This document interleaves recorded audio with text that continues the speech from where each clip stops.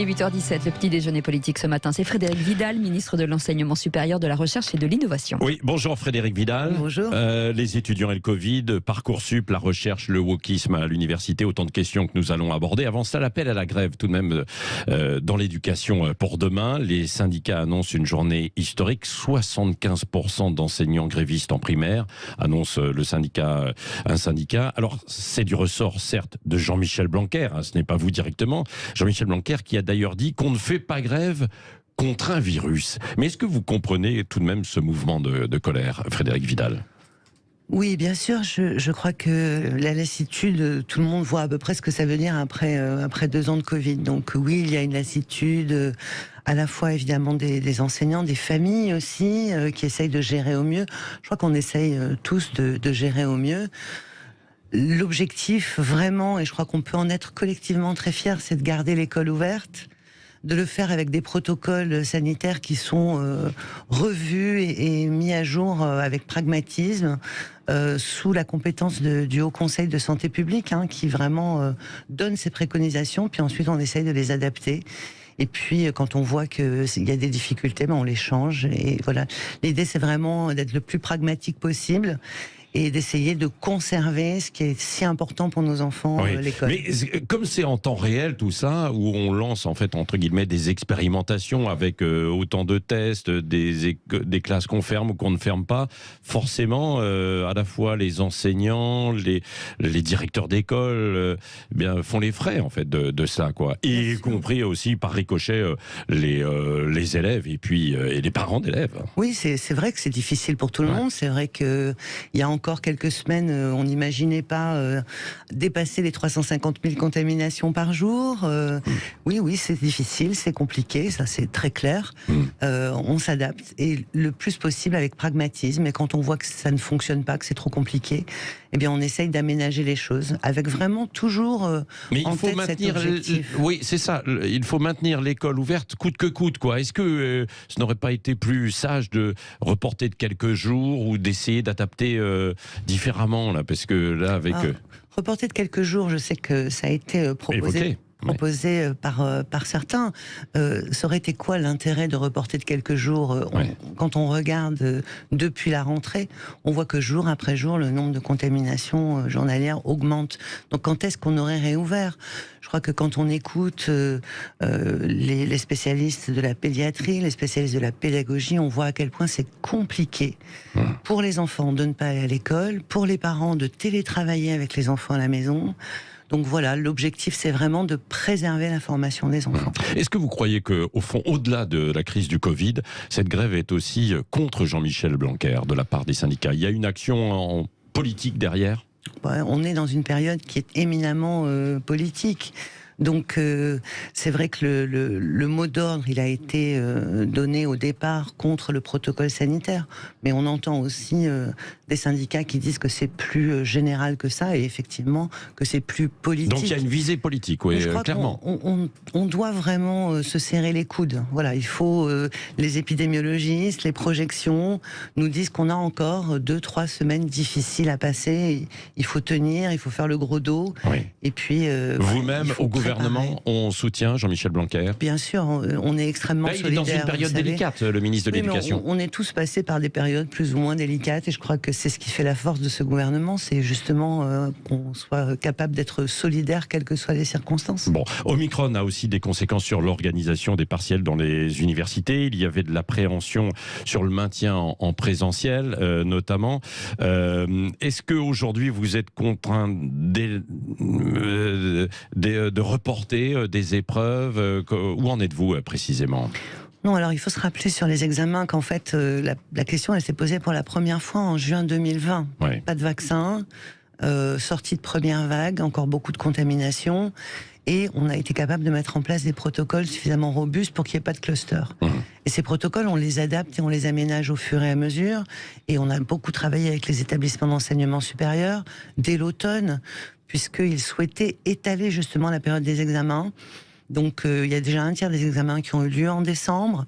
Ça se poursuit en ce moment, c'est vraiment le gros en ce moment. Ça s'étalera un petit peu jusqu'à la mi-février, avec un protocole qu'on a défini ensemble au mois de novembre et qui pour le moment tient. Et j'espère malgré Omicron, quoi. Là c'est assez difficile. On avait des étudiants angoissés qui nous ont appelés il y a quelques jours en disant mais c'est pas possible, on s'enferme dans des classes, dans des amphis où on est trop nombreux. Enfin, il faut se rappeler que d'abord on est en condition d'examen, hein, donc par définition on est espacé. Ouais. Et puis on rentre, on a son masque, on parle pas, on bouge pas, on s'assoit, on compose, on se lève, on s'en va. Donc on est dans des conditions qui permettent de garantir la sécurité. Les étudiants sont extrêmement responsables. Il ne faut pas oublier qu'ils sont vaccinés à plus de 95%, que la dynamique de la 3e dose chez les 18-24 ans est très forte. On sent qu'ils souhaitent, qu'ils veulent rester en présentiel. Alors c'est ça. Où en est-on là? Bon, il y a d'un côté, il y a eu les examens, les partiels qui ont lieu encore. Il y aura peut-être des séances de rattrapage, non, pour certains. Il y aura des examens de substitution pour tous les Covid+ qui n'ont pas pu venir aux épreuves. Oui, ça c'est ça. Vous l'affirmez ce matin. Ils auront des séances de rattrapage. Absolument. Quoi. Oui. D'un autre côté, vous militez toujours pour le 100% présentiel? Oui, je crois que c'est important. Alors, le 100% présentiel, il faut bien voir ce que ça veut dire. Hein. Ouais.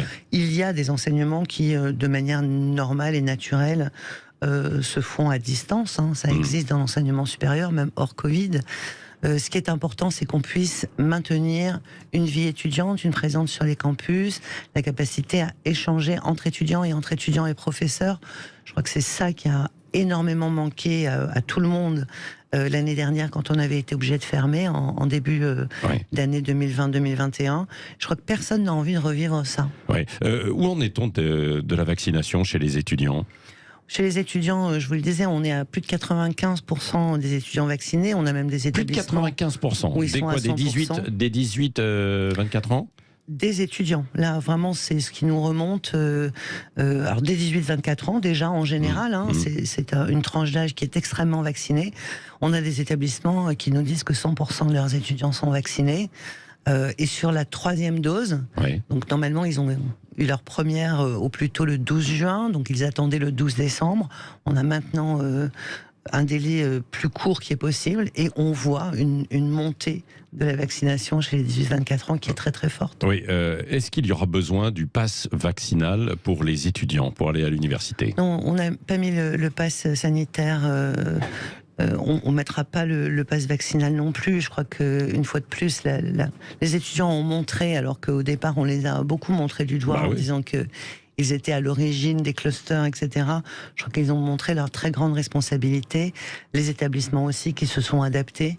Et voilà, on tient tous ensemble parce que le présentiel, c'est très important. Alors, donc, pas de passe vaccinal pour les étudiants et un maintien à présentiel 100%. Le plus possible, évidemment. Mais le plus possible, ça correspond à quoi ? Quel pourcentage ? Parce que là, c'est à chaque président d'université d'organiser à chaque cours. C'est même beaucoup plus fin que ça, oui. C'est à chaque responsable de formation. Pour le moment, aucune formation n'est repassée en 100% à distance. On a épisodiquement des cours qui peuvent être faits à distance, y compris d'ailleurs parce que le professeur lui-même est positif et fait son cours depuis la maison. Oui, Frédérique Vidal, l'une des conséquences du Covid aussi pour les étudiants, c'était la précarité justement étudiante. Il y a eu un certain nombre d'aides qui ont été mises en place. Est-ce qu'il y a de nouvelles aides formelles ou pas qui vont être mises en place ? On a poursuivi ce qui fonctionnait en réalité, hein. Donc les tickets à 1 euro pour l'ensemble des boursiers et tous ceux qui en ont besoin. On a maintenu le doublement des aides des Crous. On a maintenu le dispositif d'aide psychologique pour les étudiants. Et puis, on s'appuie beaucoup et on travaille vraiment en lien avec les associations étudiantes, avec les BDE. Au travers de la contribution vie étudiante, les établissements confient aux étudiants le soin de prendre soin des autres. On sait combien d'étudiants ont pu bénéficier de l'ensemble de ces aides ? Est-ce que vous l'avez quantifié ? Ça se compte en centaines de milliers. On a 750 000 boursiers, donc déjà tous les boursiers, et on dépasse largement le million. Il y a 2,7 millions d'étudiants dans l'enseignement supérieur en général, 1,6 million dans les universités, et on dépasse largement le million d'étudiants. Alors pour les futurs étudiants, il y a Parcoursup qui démarre la semaine prochaine. Parmi les critiques, c'est l'algorithme qui déciderait de l'orientation des élèves. Quelle réponse faites-vous à ces critiques ? Est-ce qu'il y aura des ajustements et des nouveautés ? Je crois qu'il faut tuer cette idée que c'est l'algorithme qui donne les réponses. D'abord, ce n'est vraiment pas rendre hommage aux milliers de gens qui étudient les dossiers. Le Parcoursup, c'est simplement une façon simplifiée d'avoir un lieu unique de dépôt des dossiers et un algorithme qui envoie les réponses. Mais ces réponses, elles sont élaborées par les équipes pédagogiques. Il n'y a jamais eu autant d'accompagnement. Avec l'algorithme, quoi, non? Non, c'est ce qui est dit, y compris par des gens dans l'éducation nationale, quoi. Honnêtement, pour avoir participé à la fois et observé à la fois des commissions qui regardent les dossiers et les commissions d'accompagnement pour tous ceux qui n'ont pas eu de réponse positive au moment du bac et qui continuent à être accompagnés tout l'été, je vous assure que c'était des personnes qui étaient là, qui prenaient leur téléphone, qui répondaient aux jeunes, qui les orientaient. C'est-à-dire que ce ne sont pas uniquement les ordinateurs qui décident de l'orientation des élèves, parce que c'est ce que l'on dit, quoi. Et puis il y a l'anonymat qui a été mis en place.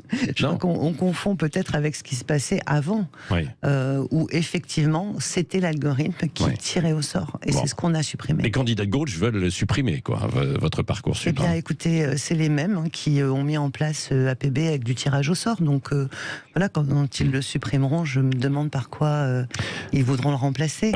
Je crois qu'APB aujourd'hui, il faut se rendre compte que, y compris quand on fait des sondages, et on en fait tous les ans, pour savoir ce qu'en pensent vraiment les jeunes et leurs familles, 72% d'entre eux estiment que ça les a aidés dans leur orientation, aidés dans leur choix.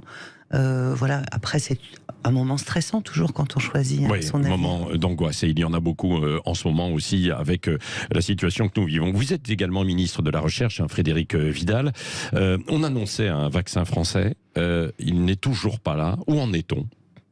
Bien écoutez, je sais que le groupe Sanofi a un vaccin qui est en phase 3. On va avoir une nouvelle forme de vaccin fondée sur des protéines recombinantes qui va être disponible dans les prochains mois, qui vient d'être agréé par Valvena. Voilà, vous savez, un vaccin, c'est pas quelque chose qui se décide en claquant des doigts, mais je peux pas laisser dire que la recherche française dans la crise Covid, ça se résume au vaccin. On a visité avec le Premier ministre l'Institut Pasteur il y a quelques jours. On a rencontré des chercheurs qui entament leur phase 2 sur des traitements par anticorps monoclonaux. Voilà, on a énormément de recherche qui est en train d'arriver en phase clinique, et je crois qu'il faut rendre hommage à, là encore... Bon, d'accord, mais enfin, on n'a pas eu pour l'instant de résultats efficaces, d'efficacité quand même, Frédérique Vidal. Ça, on peut le reconnaître, quoi, non ? Je pense que... heureusement que les Américains étaient là, entre guillemets, qu'on les aime ou qu'on les aime pas, quoi. Mais bon. D'abord, il n'y avait pas que les Américains. Non, il y avait les Britanniques aussi, il y avait les Allemands. Quand vous regardez aujourd'hui les traitements, notamment par anticorps monoclonaux, qui évitent à un certain nombre de personnes de passer d'une oxygénation à une intubation, eh bien, nombre d'entre eux ont été produits par les laboratoires français. À terme, d'ailleurs, on prendra plus des traitements que les vaccins, selon vous ? Je pense qu'il faut les deux, évidemment. La difficulté, c'est de ne pas saturer les réanimations. Donc, tout ce qui va permettre d'atténuer la force de la maladie, et évidemment en premier lieu le vaccin, c'est essentiel. Oui, Frédérique Vidal, vous aviez déclenché une tempête l'année dernière en dénonçant l'islamo-gauchisme dans certaines universités. Vous aviez demandé une enquête au CNRS, d'où beaucoup de critiques. Est-ce qu'il y a eu un colloque le week-end dernier, ouvert d'ailleurs par Jean-Michel Blanquer, vous n'y étiez pas. Est-ce qu'il y a toujours ce mouvement de fond à l'université ou pas ? Ou c'est un fantasme, comme le disent d'autres ? Non, je crois que ce que j'ai dénoncé, c'est effectivement un certain nombre d'agissements internes ou externes à l'université, mais qui perturbent la liberté académique. Et je crois que ça, évidemment, il faut y être très vigilant. Donc les établissements se sont emparés des différents outils qui ont été mis à leur disposition, notamment la mise en place de référents en déontologie. Toute personne qui se sent empêchée dans ses travaux de recherche sait maintenant à qui s'adresser. Le Collège national de déontologie est capable de prendre ça en charge. C'est quelque chose qui a été aussi observé de manière générale. Et l'Union européenne, mais ça et le Conseil bien, de l'Europe... quoi. Il y a toujours, quoi. Ce n'était pas un fantasme. Il y a un clivage, quoi. Des formes de radicalité. Moi, je pense que lorsqu'on n'est pas capable de se mettre ensemble dans le même amphithéâtre pour débattre, déjà on a un problème. Et donc ce qui me paraît essentiel, c'est qu'on puisse continuer à débattre et qu'il n'y ait pas des arguments d'exclusion, d'autorité, des gens qui disent si tu penses ça, je ne te parle plus. Ça n'existe pas, ça, dans le monde universitaire. Oui, mais ça, c'est le wokisme, c'est un peu ça, on refuse le débat, quoi. Hein. Il n'y a pas que le wokisme, hein. Il y a tout sûr. un tas de gens qui estiment que ceux qui ne pensent pas comme eux n'ont pas le droit de penser. Et ça, c'est quand même un vrai problème. Et ça ne doit pas rentrer dans l'université. C'est l'un des endroits où l'on apprend l'esprit critique. Comment est-ce qu'on peut apprendre l'esprit critique si on n'a pas plusieurs opinions qui s'expriment et qu'on n'est pas capable de comprendre comment elles se sont construites et finalement à laquelle on adhère. Merci Frédérique Vidal, ministre de l'Enseignement supérieur, de la Recherche et de l'Innovation, qui Merci était l'invité ce matin de Sud Radio.